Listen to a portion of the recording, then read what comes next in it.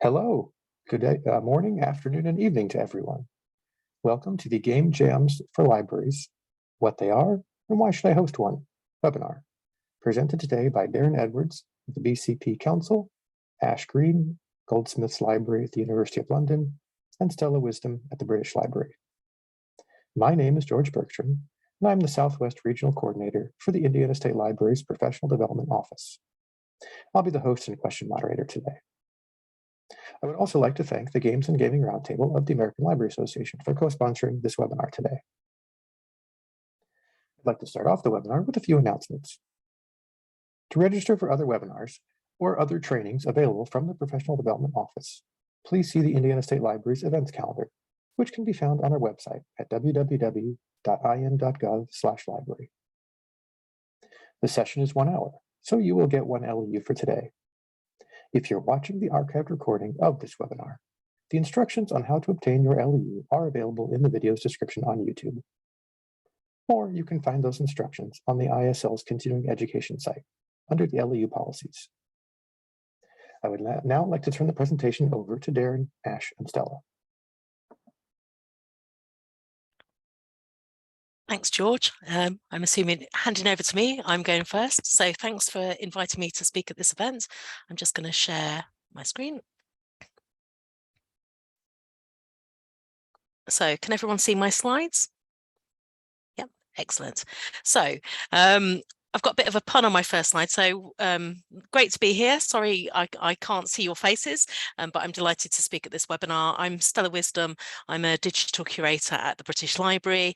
You may think, why is there a jar of jelly here? But that's because us Brits call it jam. So whenever we talk about game jams, we do like to kind of often have a pun on jam, especially on muffins and scones. But I'm not going to be talking about the jam that you spread on toast.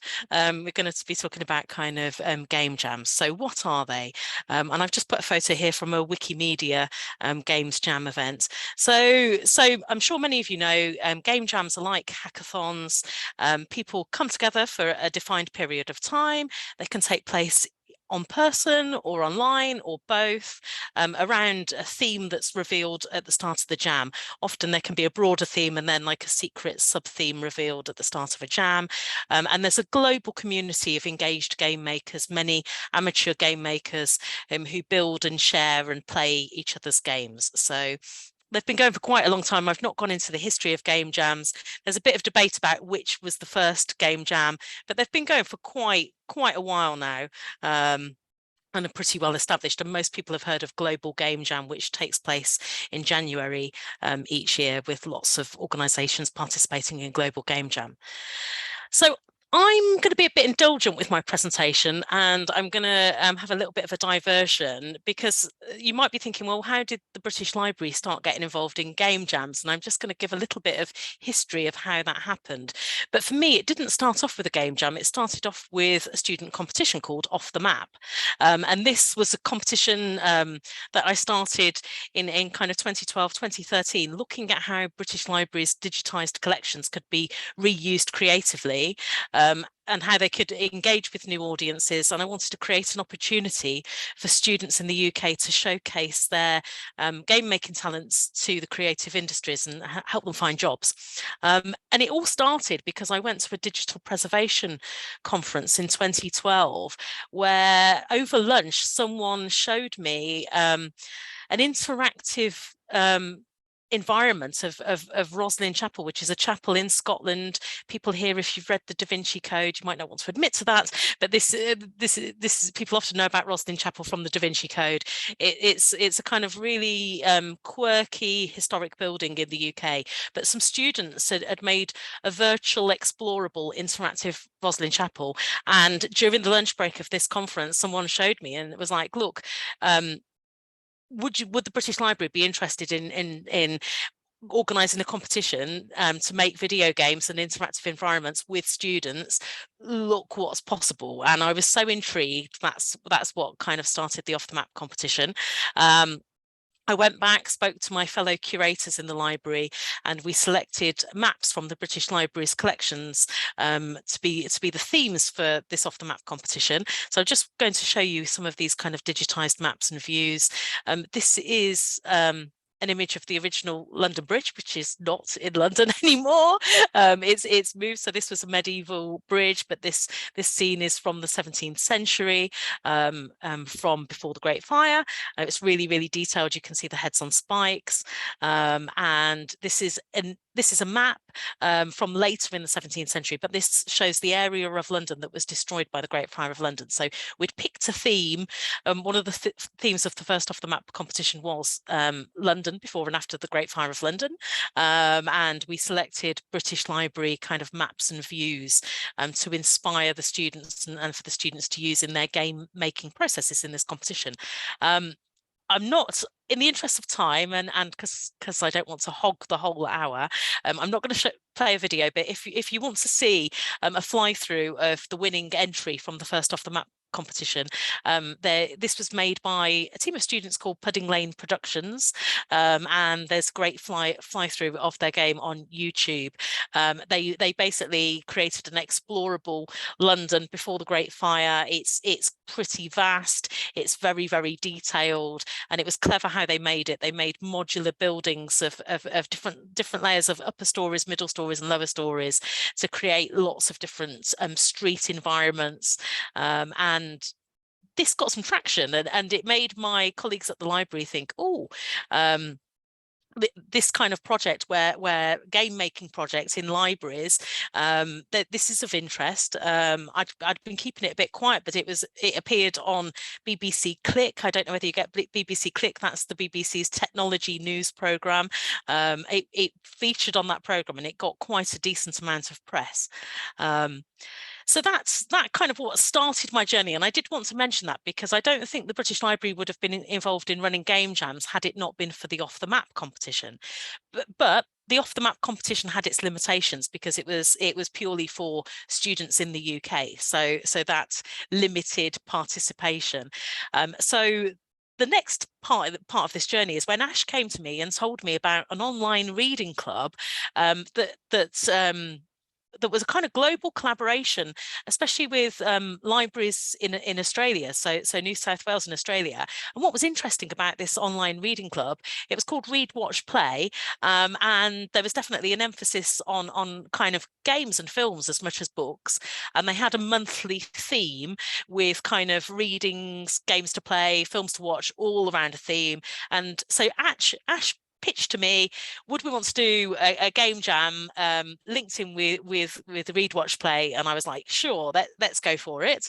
And so we did our first library game jam, and this was back in 2017. It was Odyssey Jam. There was a water theme, so we thought Odyssey would be a good classical theme to go with that.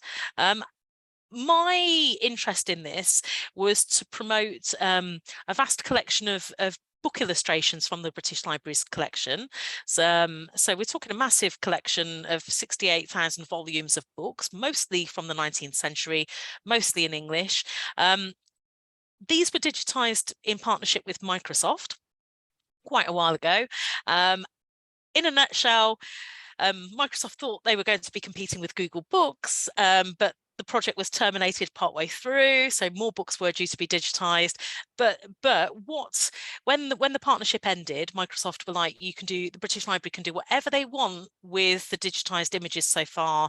All of the books were out of copyright, so the library made a decision to release these digitized books as public domain, and so basically it was a collection that was ripe for creative reuse.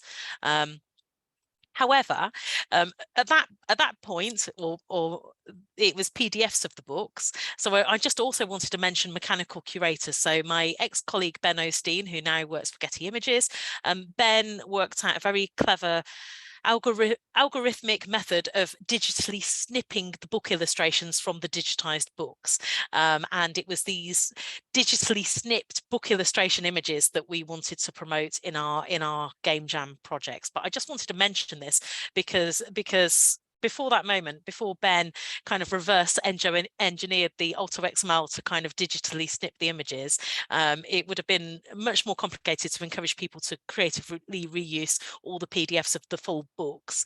But with the images, there was a lot more that could be done. Ben created social media accounts to post these random book illustration images.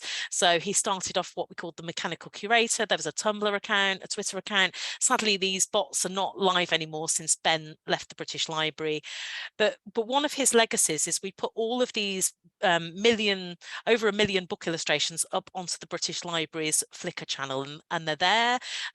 Many of them are tagged and categorized into different thematic albums. We've got all sorts of things, flora, fauna, ghosts, you name it. There's thematic collections of book illustrations, and it was in the jams that we wanted to promote these images. Just going to mention, not just jams, I've been involved in kind of promoting other creative reuse of this collections. I think if you'd have said there would be a British Library art installation at Burning Man Festival in Nevada before we released the book illustrations on Flickr, we would have thought that seemed a crazy idea. But by releasing these public domain images, that did indeed happen. So artist David Normal made these vast light boxes of collages. He'd made these kind of huge collages, hand watercolored them at vast scale, displayed them at Burning Man. He then brought the Burning Man art installation. This is at the front of the British Library a couple of years ago. We had the Burning Man art installation here at the British Library. We also had pop bands and folk bands make music videos using the book illustrations. I've not got time to play the video, but I have put the kind of YouTube link here. So the Impatient Sisters video, Hey There Young Sailor, is just wonderful and uses the book illustrations in their kind of animated collage. It's really magical, and kind of lower tech ways as well. So I wanted to just kind of give a shout out to Magical Kingdom. So by putting these book illustrations online under public domain, so people can do whatever they want with them. It encourages, say, craftspeople to make things, sell them on Etsy, do what they want. And Magical Kingdom was kind of an Etsy store making brooches and badges using these illustrations too. So back to the jams. I've gone off the map for a moment, but I'm getting back on with things. So we held Odyssey Jam as our first experiment. It had 10 entries. I suppose that's not bad for our first jam, and not all the entries used the book illustrations, but some of them did.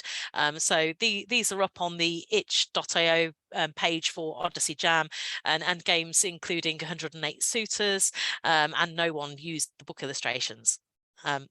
So building on the confidence from Odyssey Jam, the next year we did Gothic Novel Jam, and it was the anniversary of Mary Shelley's Frankenstein. So we thought this was the perfect opportunity for a Gothic Novel Jam initiative, and we kind of opened our scope here. We encouraged people to not just create games, but to think broader than that and think of stories and poetry and films and soundscapes and all sorts of things. And again, we wanted to promote the book illustrations that were up on Flickr. This had a really good response rate, and we had 46 entries. They were international entries. We were really impressed that we'd had entries from Australia and America and France. So this was not just a kind of UK project.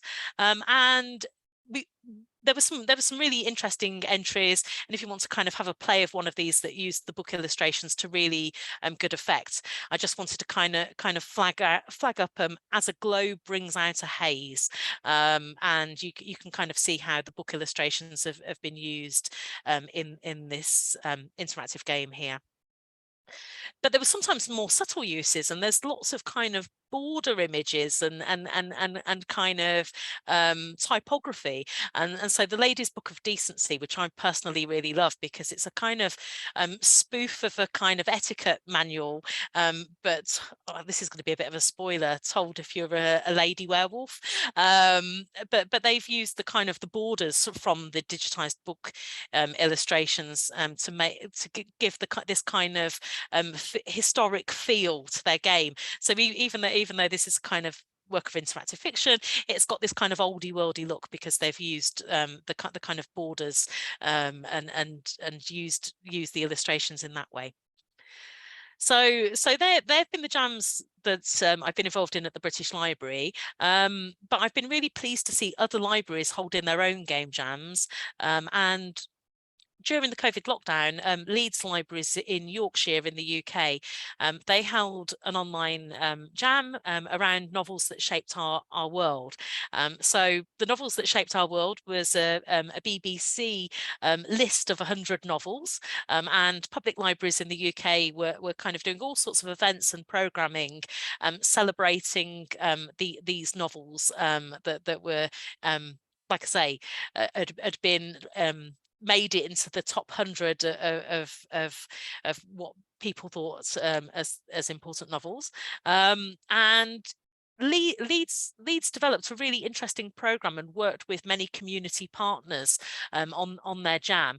So they worked with their local museum, and they worked with the local board gaming club, Cards or Die, and organised various events, including a really cool online tilt brush performance with a VR artist, Rosie Summers, who basically did. It was almost like watching ballet, watching her draw Narnia in tilt brush, but it was just really well thought out, and working with his community partners. So working with Anne from Cards or Die, Anne delivered 4 workshops for Leeds Libraries, and basically going through the methods of looking at how you can create your games, looking at kind of all sorts of things, from cooperative games, solo games, making game worlds. But I just wanted to kind of flag up, when planning your game jams, do look out at what community partners you have, whether they're kind of large partners or kind of experienced individuals, board game clubs. There could be a wealth of talent in your local communities who you could collaborate with on your jams. And I just wanted to share the itch.io page for the Leeds Libraries Games Jam. Many of the games made actually were analog games. So I should also mention, your game jams can produce all sorts of things. It just doesn't have to be digital games. It can be card games, it can be board games, it could be all sorts of things. And I appreciate that that's harder to share with people online if someone's made a card game, possibly, but it's creativity comes in all shapes and forms, and I'm sure Ash and Darren will talk about this. But before I go, I just wanted to kind of flag up a Bitsy game. This is a virtual British library made in Bitsy by my colleague Julia Carla Rossi. So even though I can't welcome you through the doors of the British Library today, if you did want a kind of virtual explore of the British Library and to learn some facts about the library, then and also if you want to, if you don't know anything about Bitsy and wanted to kind of explore a Bitsy experience, I just wanted to flag up the British Library Simulator, as it's called, as a way that you can kind of visit virtually the British Library. But that's it from me. Thank you for listening, and I will hand over to Ash. Great, thanks for that, Stella. Gosh, I'd forgotten we started off in 2017 doing this. Okay, I'll just what I'm going to do is, can you all see that screen? Yeah, we can see it, Ash. Can you hear me? We can hear you as well. Can somebody unmute their mic and just tell me whether they can hear me, please? We can hear you, Ash. Okay. Oh, you could. Okay, right. I'll do that again. We know what the technical problems I've had. So yeah, just wants to be sure. Okay, try that again.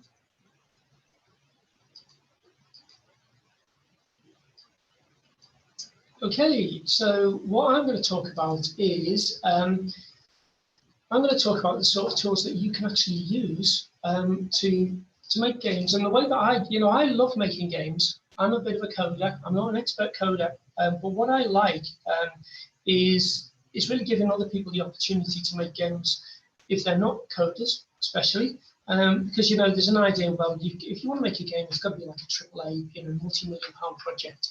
You've got to be, a really strong coder and all that. But I don't believe in that. I think anybody can make a game. Anybody's entitled to make a game. Kind of doesn't matter what it looks like. If you make it, you enjoy making it. That is great. So what I'm going to show you now is a few game making tools. I'm going to show this really quickly.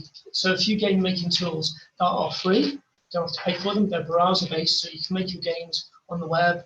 They're easy to use. You can save them as HTML. So the key thing about saving them as HTML is you make your game in one of these tools, save as HTML, and you can just upload it straight to itch.io, and you don't have to do any fiddling about it. And there's no coding involved at all. You can do coding with some of these things, some of these tools, but the key thing for me is that many of these tools are just kind of no code based. So I'll share this presentation with you as well later. So I've got key links in there, but this is just like a handful of what you call tiny tools, games that tools that you can use to make little games. And at the bottom of the slide, there's a list of kind of even more. So it's not just like tools for making games; it's kind of tools for all different sorts of things. So my first thing is Bitsy, and Stella just mentioned this a couple of minutes ago. The British Library Simulator. I love Bitsy. I love it to bits. It's one of the tools that kind of got me back into game making after a bit of a lull in that experience, because I just kind of got fed up with being not the best programmer in the world, not getting things to work. Bitsy itself is about making 8-bit early 1980s style storytelling, and on the screen you can see that the main thing when Bitsy first came out, what you could do was you could create tiles. So these are things like the yellow bricks around the screen there, sprites, so you've got a little green cat there, items, so you've got a little cup of tea there, and what you can do with the sprites is you bump into them and it triggers some dialogue, and we can see on the right hand side you've got a bit of dialogue there. It says you found a nice warm cup of sovereign tea. That's linked to the tea item, which is actually up on the screen here. And that's what you can do with items is you can collect them. And as you go through the game, you can collect more things as you're setting it up, and it can trigger other things. So, like you might collect 10 cups of tea and you finish the game, or you might collect 10 cups of tea. It gives you extra strength, and you can do something. You can have a battle with a big monster or something like that. You can also change the colour of it as well. So that's Bitsy. I will actually what I'm going to do is I'm going to stop sharing. I'm just going to quickly try and go in and show you Bitsy as well. I'm not going to talk now because we've had problems with technology before, so I will probably go quiet, but I'm just going to show you what's kind of going on with Bitsy.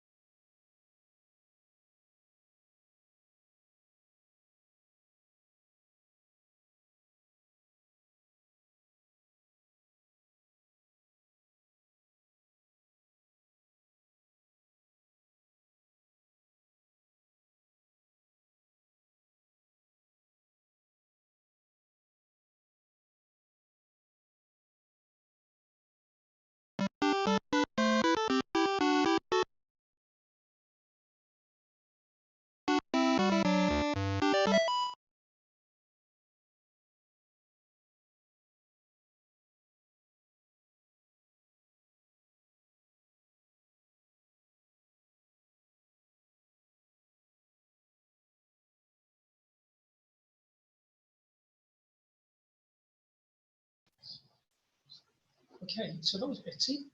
I'm going to go back to this.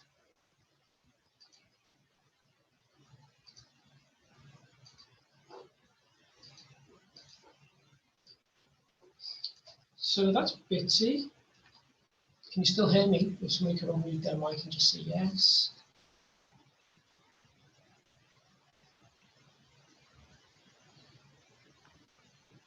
Yeah. Okay, thanks. Right, so these are some of my favourite Bitsy games. There's loads out there. It's become so popular because it's such an easy tool to use, and it's taken off in a massive way. So I think there's like a few thousand games on Itch.io. So if you're kind of looking for a variety of Etsy games, just take a look on Itch.io and type in Etsy and see what comes up.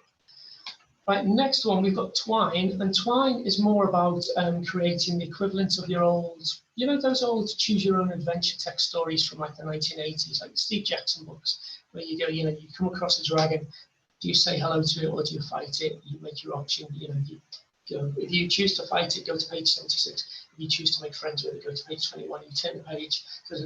And that's the equivalent, like Twine is the digital equivalent of that as well. So the way that it works is that you've got these really simple text boxes. When you first open up Twine, it opens up like the first passage, which is blank. You double click on it, it opens up this bit where it says first passage. It's got like the little wordy, you know, sort of word processing type little functions like you know, censoring text styles, colors, things like that. You type in your text there. So, and the way it works is that you type in a bit of text, and if you want to kind of do a branching link, you put that text into double square brackets. So we can see we've got doctor and we've got witch here on this first passage. And when you type something in square brackets and you press space after that, it will automatically create a new passage, which is linked to the first passage. So you don't have to have any kind of worries about, oh, right, you know, I've got to make sure this passage links to that one, links to that one. And then you just kind of continue creating your interactive fiction in that way, just by building up these passages. And it's really easy to use. And kind of what it comes out as once you've kind of published a file. So this is like a little game, you know, it's a really, really simple bit of narrative fiction that I created in, it was probably 5 minutes, where it's got the first passage, first option is doctor, and the second option is witch. And then from going on from witch, you've got she whips up a herbal remedy for you, do you drink it? And then you've got yes or no, and kind of what's the result of that. And when you publish it, what it looks like is this screen on the right, and that looks, it does look really plain. But you know, when you think about looking at a book, they're quite plain as well on page. You know, it's words on a bit of paper. But what you can do as well is you can add in, you can style the kind of the output of your Twine, if you know about doing that, using CSS and other kind of web-based trickery. You can add in images. It's fairly straightforward in Twine itself, and audio as well. So you can really, you know, at a basic level, you can kind of just get in there. You can do this stuff. You can write your story, you know, without the hassle of, you know, thinking, oh gosh, you know, what should this bit of code be? You don't have to bother with code, and you can publish it, and then kind of once you're happy with that, you can actually go about styling it. So that's Twine.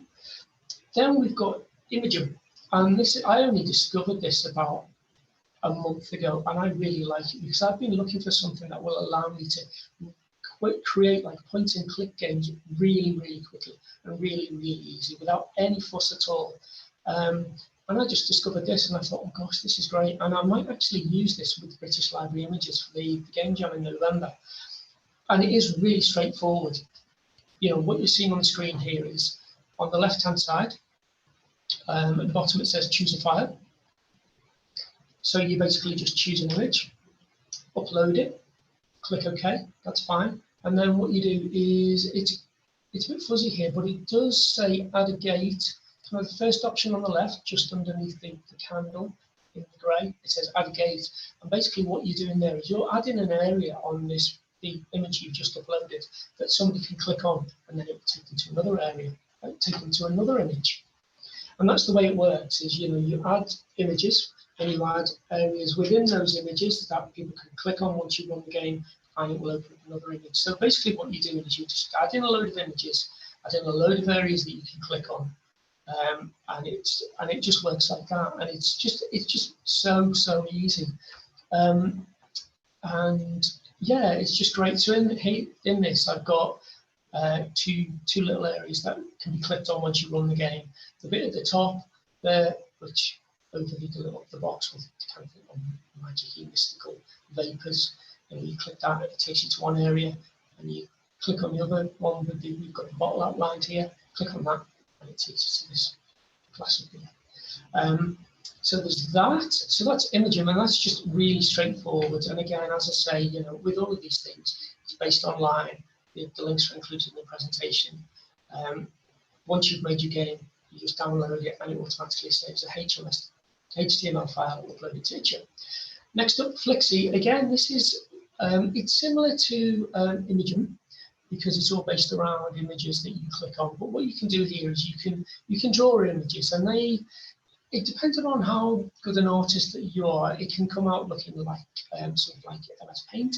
But there's some good artists out there who can do really great stuff.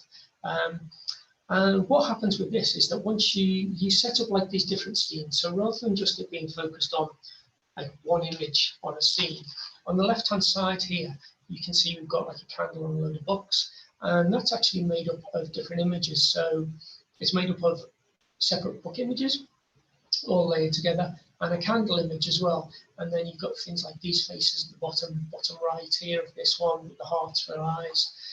They're basically duplicates of one image, and it's got like a little scroll at the bottom of that image as well. So that's a separate image as well. And then on the next screen, like the middle screenshot here, if you basically add your images here, you can either draw them or you can actually import them as well and tweak them. So you don't have to be a great artist, and if you can't, if you find you're not getting on well with the drawing tools in Flixie, you can import your images.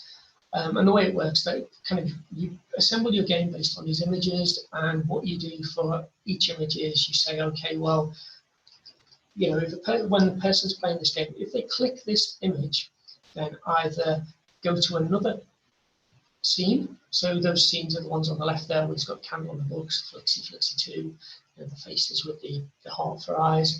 So you can say, right, click on this image and then it goes to one of those scenes, or click on this image and it opens up some text as well. So you can see it's slightly more advanced than Imagen because it allows you to add text as well. But it's really straightforward as well to make a game in Flixie as well. Then we've got Flick Game. Flick Game, again, it's a similar sort of thing, but it's point and click. But what you're doing is you're really limited to a set of colours to draw your images. But again, if you're an artist like me, it ends up looking like this, which is it's not fantastic, but I've got a style of my own. So what you do is you create these images using the different colour palettes at the colour palette at the bottom. You select a colour, you can select your size of pen by looking at the circles at the top, and the only other option is that it's got the paint bucket fill, which is you select a colour and it will click on the screen, it'll fill the whole screen with colour until it hits a different colour, and then there's the the delete button as well. And the way this works is that the way this works is that you add your colours, you start drawing something, and underneath each colour at the bottom of the screen, you can click on a box and it will open up a box from like a number from 1 till 16. And on the left hand side, you can see you've got numbers 1 to 16. And what you're doing there, you're saying that, okay, like, so for example, with the orange colour, it's got number 2 on that. So you're saying, okay, when we run the game and the player clicks on the orange colour, it will take them to scene number 2. And scene number 2, you can see on the right hand side, is that tickle scene, and you can tell it's scene number 2 because it's got the 2 highlighted in white next to it.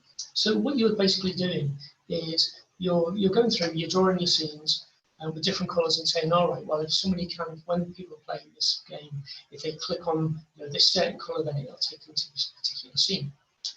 And then so where we've got, you can see from here, I've got number 3 under green and red. So basically, that green and red thing in the middle of those bodies, that's meant to be like an eye. So what we're basically saying is, when you click on the eye, either the red or the green bit, it opens up scene number 3, and number 3 is the bit that says, the little scene that says, I see you. And you can there've been some really, really interesting things that have been created by people who've got a better, art style than me. They've invested a lot of time in these things. So if you search for Flick Game, you'll find lots of different games around that as well. And finally, the only other thing I was going to show you was Tiny Choice. And this is basically like Twine, but it's a lot smaller and it's a lot more uncomplicated. And the way that, the way that you make your games in Twine, again, it goes back to the idea of choose your own adventure. Click on this link and it'll take you to the passage. You write it as text. So we can see on the left-hand side, we've got a start box. It's got equals, start equals. Where it's got equals and then a bit of text, then equals after it, it means it's a new passage. So we've got one passage that says start here, another one which is called Cowfield, another one called Cowfield 2, another one called Sheepfield, and another one called Sheepfield 2 on the left-hand side. And in between on the start and the Cowfield there, we've got a bit of text. So you can see the equivalent of that on the right-hand side as well. So on the left, it says you stand between a field of sheep and a field of cows. You wonder what the cows are up to, but you can't figure it out. And then underneath that, you can see go to the cows, hyphen, right arrow, and then Cowfield, and then same thing under under that, which says go to the sheep, hyphen, arrow, Sheepfield. And basically what that is saying is, it's saying go to the cows. That's a bit of text that is going to appear as a hypertext link, and hyphen right arrow, and the text after that is Cowfield. And what it's saying is basically Cowfield is the next passage that you're going to. So when you click on go to the cows, it pops down onto Cowfield and it says the cows are rolling about, and then underneath that it's got more bits and bobs under that. So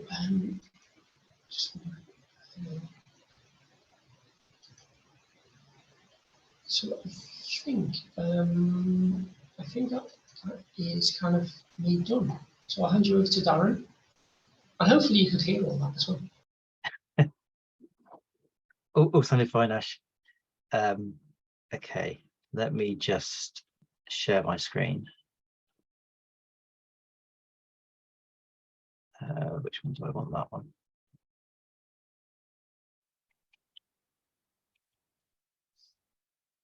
Okay, so I'm going to talk specifically about the International Games Month Jam, which we're going to be running later this year.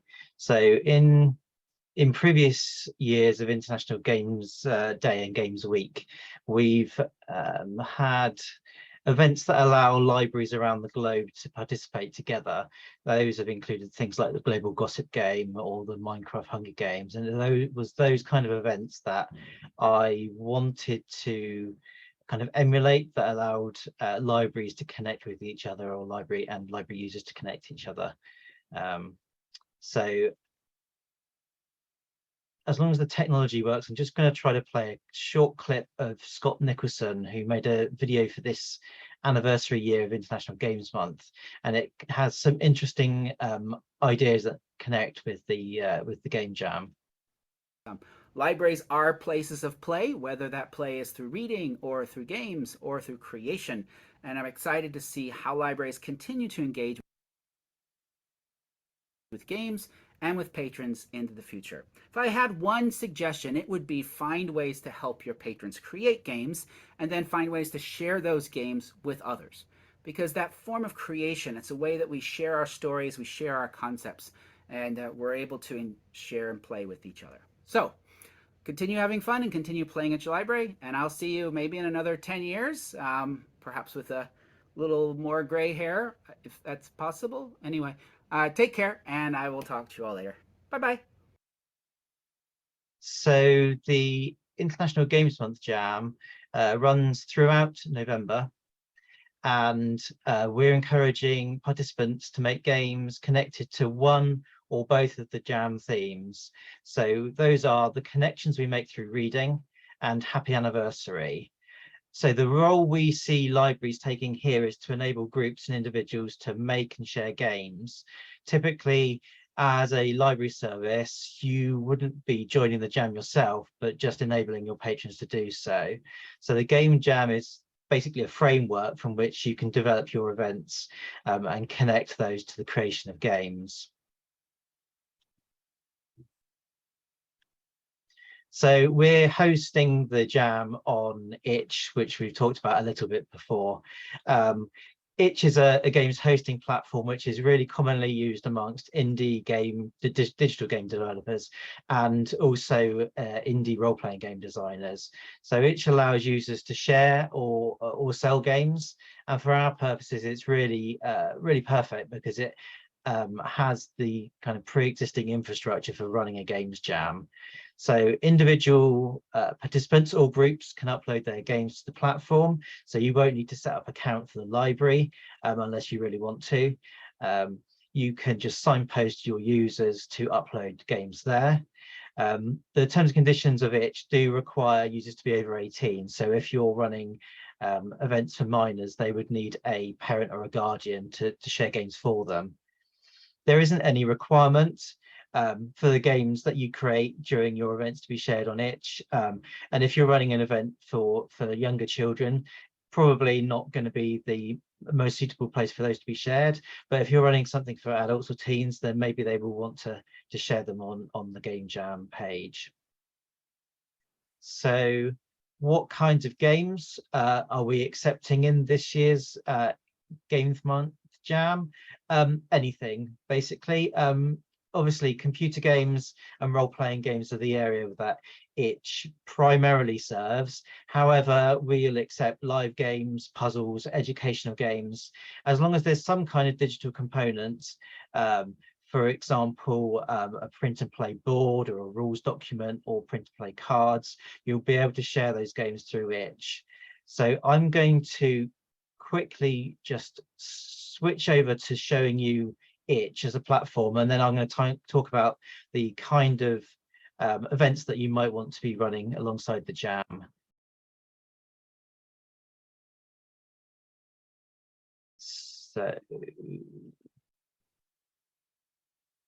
So this is the Itch platform.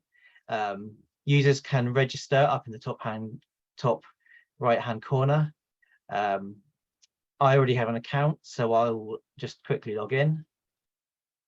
And this is the page which you get as a creator when you want to upload games. To find the game jams, you can go to the link at the top on the left, and you can see there's a huge number of different jams here on the calendar. There's a huge variety of different things. The International Games Month Jam isn't up here yet because it's too far ahead, but we can take a quick look at that page, which has got information for participants, information for libraries, and we'll be updating this with frequently asked questions as we go. There's a community for people who are participating to chat with each other, and Ash and I will be moderating that. There will also be, once the game jam starts, there'll be a link to the submissions, which you can't see on here at the moment. But if I just switch to a game jam which is running, you can see the submissions page has a list of all the games, what platforms they're available on, and also has for physical games, it has tags for those. And that list of games will remain beyond the end of the jam. So just heading back to my slides. So we obviously, game making events are probably the main thing which you're going to be thinking about in terms of events to run. These could be working at a variety of levels. So a public library might want to connect your regular craft activities, children's craft activities of making board games, or perhaps digital coding groups to the digital games creation session. Academic libraries perhaps engage your staff and students in making educational games. There's something around referencing and citations would fit with the theme that we've got, one of the themes that we've got today.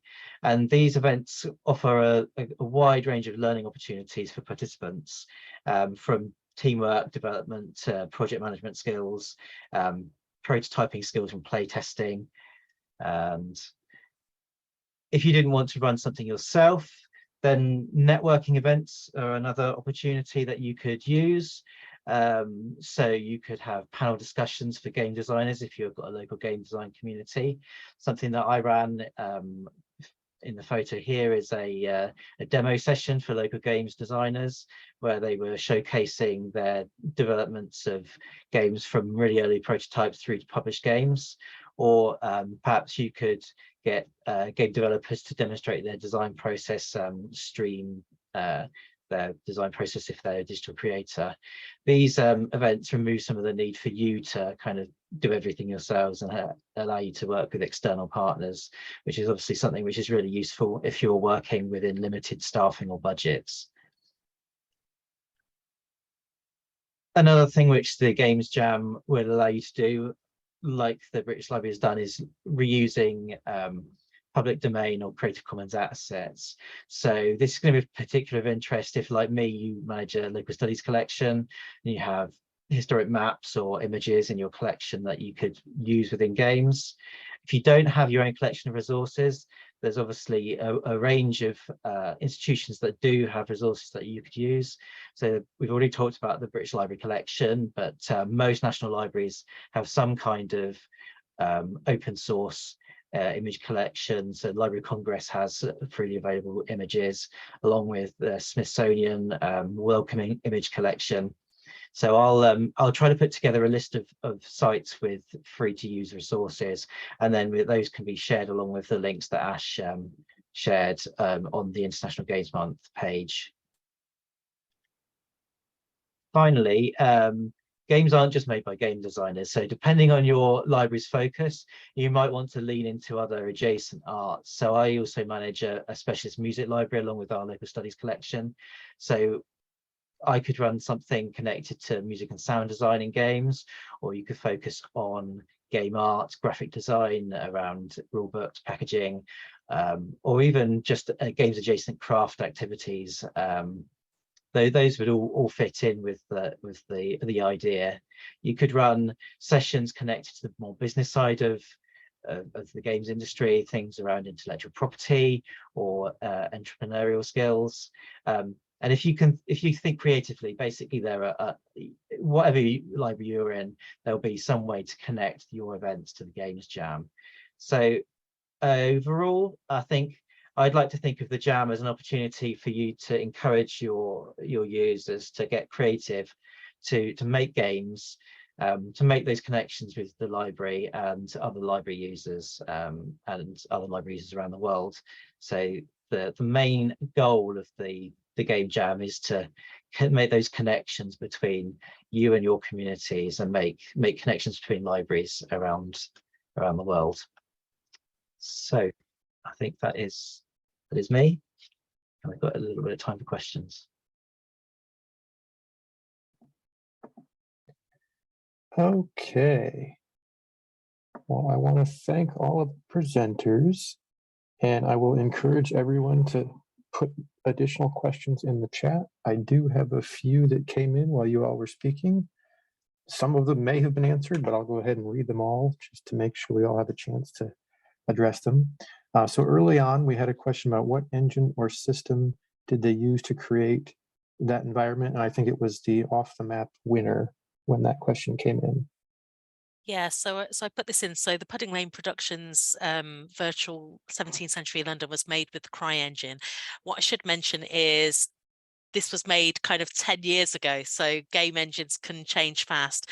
And I also wanted to mention that these were kind of games design students on university courses, so compared to the tools that Ash has shown, you do need some kind of training and skill level with that kind of software. But if you have got colleges, universities, game studios, people in your community who might want to participate in your jam, and they have got people who can maybe do workshops teaching these things. I am not a games maker by any stretch of the imagination, but when Off the Map was running, I went and did a 2-day CryEngine workshop just to try and understand it, and I managed to make some progress during that. So I would urge people to investigate the tools that Ash was showing, but Pudding Lane was made with CryEngine, and that's kind of why it's got that kind of realistic kind of 3D game.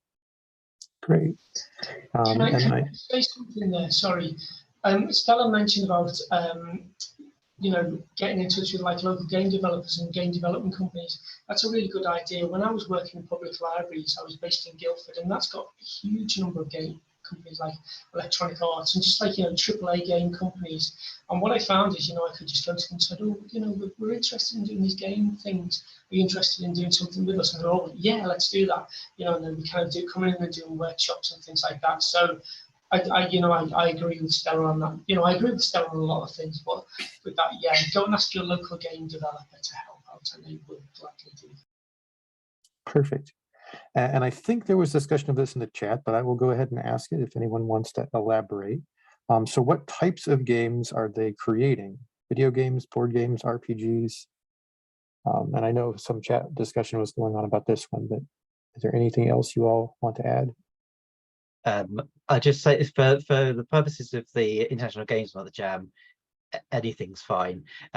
Different jams will have different kind of restrictions on what they accept, but I think that whatever suits your library is what we're going for in terms of International Games Month.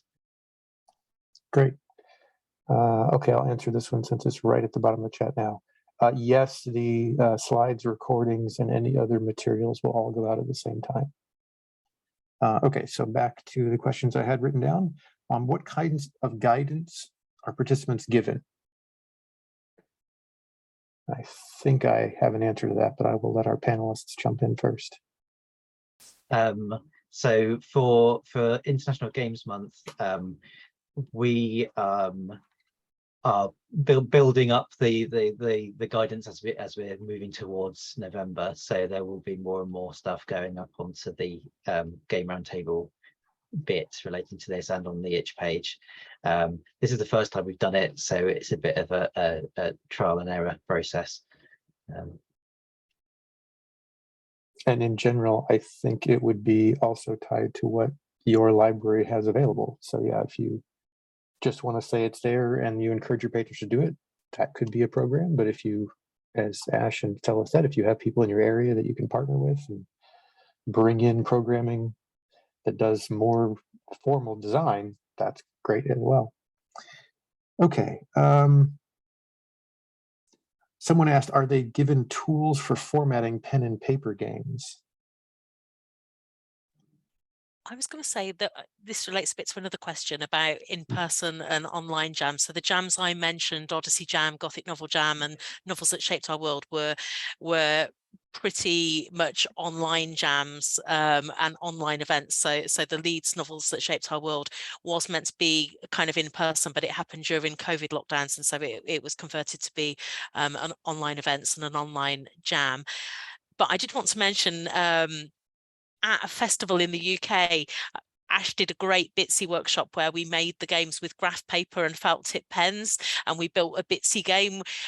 We built it in paper, and then Ash put it together in Bitsy. So you can go for a kind of low tech approach, and then kind of put that together in kind of Bitsy afterwards. Sorry, has that answered the question or not? I think that's definitely one good answer. Yeah. And PDFs can be uploaded to Itch. So if people have made card games, board games, and they can have make like a PDF of their analog game, they can attach the PDF to Itch to kind of share details. And if that's like a card game that you can then print out the PDFs and cut out, and then people can make the card games themselves and sharing it that way, that's totally possible too. Great. And the last question that came in before the end was, are all the platforms that were mentioned free? And I think someone ran down that in the chat, but certainly everything in Ash's presentation was free. Yeah, some of the ones. Sorry, Ash, I was going to say CryEngine's not free. So some of the ones I mentioned in relation to my off the map competition are not free. So, but certainly, not to interrupt you, Ash. So some of the ones I mentioned relating to non-game jam projects are not free. The CryEngine, they made it freely available for students under an educational license. But yeah, I'll hand over to you, Ash. Thanks, Stella. Yeah, all the things that I mentioned are free. I mean, that's kind of what I go for. I know kind of, the game developers have put kind of time into making these, but they actually decide to release these things for free. There's a lot of, especially in the indie game development community, there's a lot of people who kind of advocate open source and just kind of things that are not focused on, right, we're going to make a load of money out of this. And yeah, so all those tools I've mentioned there, they're totally free. It also, I suppose, in the industry, many of these companies, by making their engines freely available and supporting open source, it means when they're hiring talent, students and people have been able to kind of get experience, make their own games, and they've developed a lot of skills. So often it's in the games industry's interest to make these kind of tools and platforms free, so that they can develop talents that then might want to go and work in the industry and work for their companies. Great. So I've dropped the request form into the chat for an LEU. So if you need a certificate for today, go ahead and fill out that form.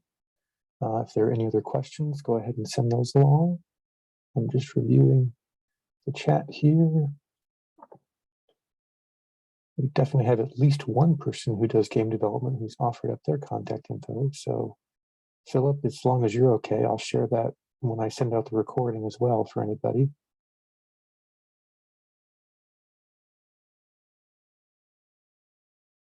Let's see, are there any other questions? Oh, okay, taught a class, great. I can share that. How about repeating jams monthly? At least for IGM and from the ALA perspective, we're doing it once this year. But yeah, if you want to have programming on a recurring basis at a library, that would be great.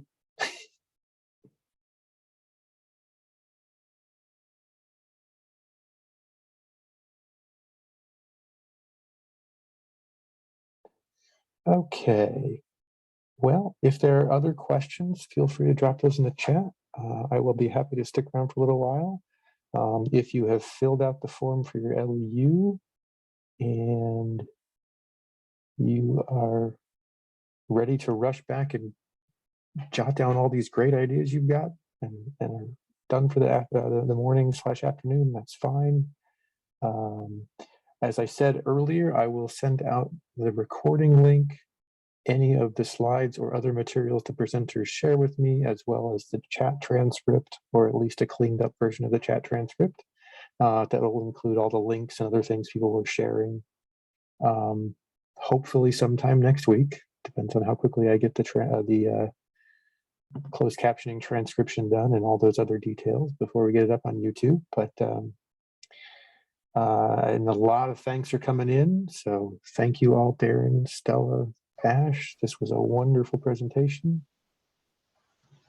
Thank you. Thanks for having us. And thanks to everybody who came along as well. Yeah, thanks. Sorry, Darren. Thank you all. Yeah.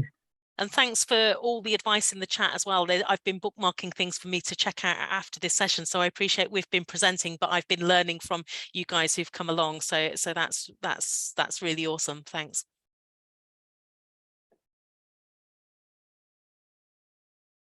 And yeah, you can stop that recording, Lisa.